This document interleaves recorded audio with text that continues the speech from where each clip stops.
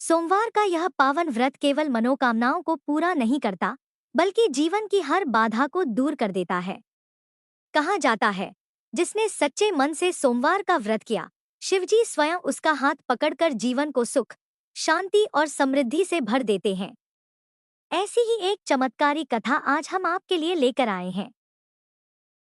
एक बार देवी पार्वती जी ने भगवान शिव की आज्ञा से एक श्रेष्ठ पुत्र की प्राप्ति हेतु 1 वर्ष तक चलने वाले पुण्यक व्रत का समापन किया। व्रत की समाप्ति पर पुरोहित सनत कुमार ने देवी पार्वती जी से कहा, सुव्रते अब मुझे दक्षिणा चाहिए। देवी पार्वती ने मुंह मांगी दक्षिणा देने का वचन दिया। बस फिर क्या था, पुरोहित बने सनत कुमार ने अस्वाभाविक दक्षिणा की याचना की। देवी, इस व्रत में दक्षिणा स्वरूप आप मुझे अपने पति को दीजिए। यह सुनते ही मानो देवी पार्वती पर तो वज्रपात हो गया हो। वे व्याकुल होकर विलाप करती हुई मूर्छित हो गई। देवी को मूर्छित देखकर श्री ब्रह्मा, विष्णु और मुनियों को हंसी आ गई। उन्होंने देवी पार्वती को समझाने के लिए भगवान शिव को भेजा। देवी पार्वती की मूर्छा टूटने पर भगवान शिव ने उन्हें समझाया, देवी देव कार्य, पितृ कार्य या नित्य नैमित्तिक जो भी कार्य दक्षिणा से रहित होता है निष्फल हो जाता है। उस कर्म से दाता कालसूत्र नामक नरक में गिरता है। उसके बाद वह दीन होकर शत्रुओं से पीड़ित होता है। ब्राह्मण को संकल्प की हुई दक्षिणा उस समय न देने से वह बढ़कर कई गुनी हो जाती है। भगवान विष्णु और ब्रह्मा जी ने देवी पार्वती से धर्म की रक्षा के लिए अनुरोध किया। धर्म ने भी समझाया। देवताओं ने कहा, मुनियों ने भी दक्षिणा देने की प्रेरणा दी, लेकिन फिर भी देवी पार्वती मौन रही। तब सनत कुमार ने कहा, शिवे, या तो आप मुझे दक्षिणा में अपने पति को प्रदान कीजिए या अपने दीर्घकालीन कठोर तप का फल भी त्याग दीजिए। इस महान कर्म की दक्षिणा न मिलने पर मैं इस दुर्लभ कठोर व्रत का फल ही नहीं, अपितु आपके समस्त कर्मों का फल भी प्राप्त कर लूंगा। उद्विग्न होकर देवी पार्वती जी ने कहा, पति से वंचित हो जाने वाले कर्म से क्या लाभ? दक्षिणा देने और धर्म और पुत्र की प्राप्ति से मेरा क्या हित होगा? पृथ्वी देवी की उपेक्षा कर वृक्ष की पूजा करने से क्या प्राप्त हो सकेगा? साध्वी स्त्रियों के लिए पति 100 पुत्रों के समान होता है। ऐसी स्थिति में यदि व्रत में अपने पति की ही दक्षिणा दे दी जाए तो भला पुत्र से क्या लाभ? यह सत्य है कि पुत्र पति का ही अंश होता है, लेकिन उसका एकमात्र मूल तो पति ही होता है। मूल धन के नष्ट हो जाने पर समस्त व्यापार ही विनष्ट हो जाता है। उसी समय आकाश में देवताओं और ऋषियों ने एक रत्न निर्मित रथ देखा जो पार्षदों से घिरा था। उस रथ से श्री नारायण उतरकर देवताओं के सम्मुख उपस्थित हुए। उन श्री नारायण को ब्रह्मा, विष्णु और शिव जी ने रत्न सिंहासन पर बैठाकर प्रणाम किया और हाथ जोड़कर गदगद कंठ से स्तुति की। वहां का सारा वृतांत जानकर श्री नारायण ने कहा, शिव प्रिया पार्वती का यह व्रत लोक शिक्षा के लिए है, अपने लिए नहीं, क्योंकि वे तो स्वयं समस्त व्रतों और तपस्याओं का फल प्रदान करने वाली हैं। इनकी माया से ही चराचर जगत मोहित है। फिर उन्होंने देवी पार्वती जी से कहा, शिवे, इस समय आप महादेव जी को दक्षिणा में देकर अपना व्रत पूर्ण कर लीजिए। फिर समुचित मूल्य देकर अपने जीवन धन को वापस ले लेना। गौ में समस्त देवी देवता विद्यमान होते हैं, इसलिए तुम ब्राह्मण को गौम्य प्रदान कर अपने पति को लौटा लेना। ऐसा कहकर वे अंतर्ध्य हो गए। तब देवी पार्वती प्रसन्न मन से अपने प्राण सर्वस्व को दक्षिणा में देने के लिए तैयार हो गई। उन्होंने हवन की पूर्णाहुति की और अपने जीवन नाथ शिव जी को दक्षिणा स्वरूप दे दिया। इसके बाद उन्होंने पुरोहित शरद कुमार जी से निवेदन किया, विप्रवर, गौ का मूल्य मेरे पति के बराबर है। मैं अब आपको अत्यंत सुंदर 1,00,000 गौएं प्रदान करूंगी।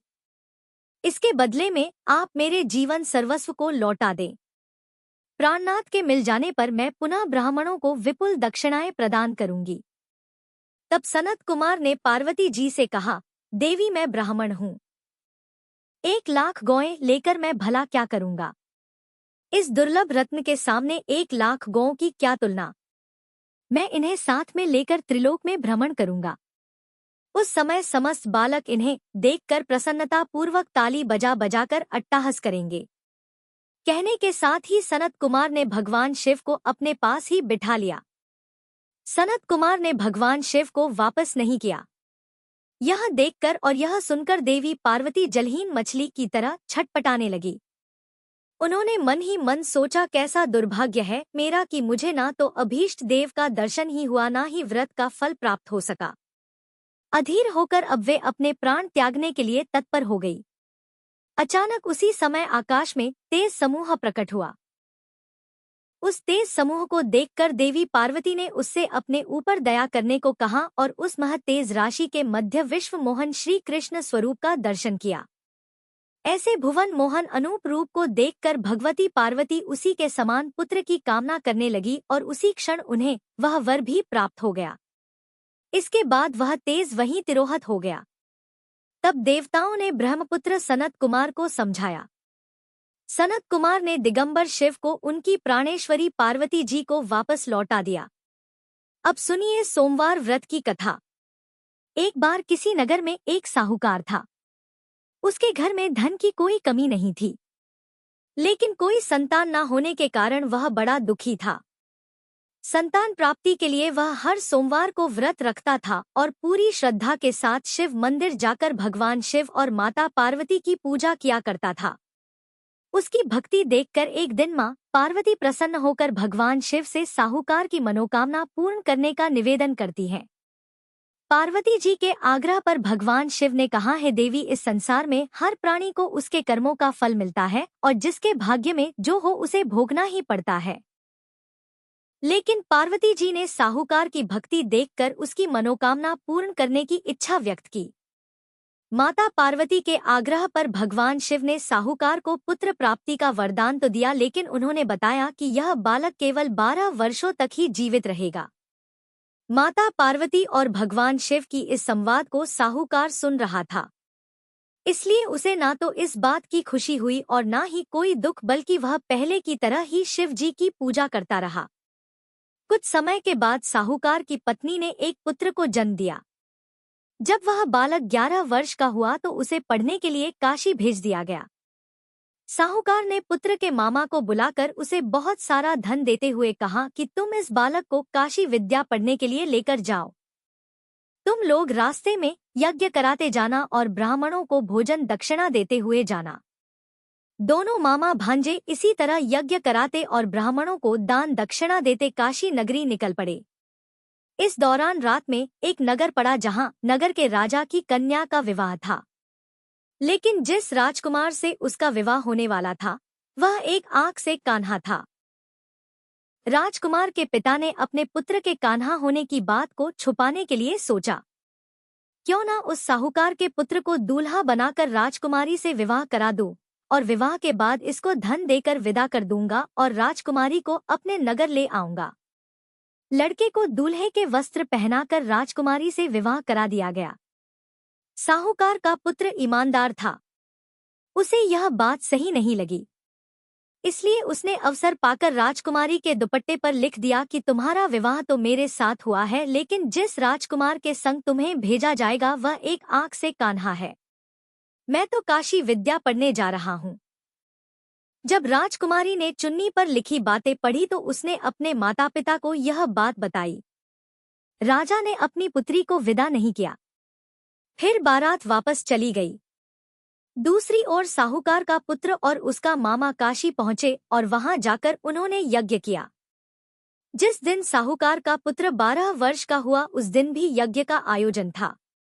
लड़के ने अपने मामा से कहा कि मेरी तबीयत कुछ ठीक नहीं है।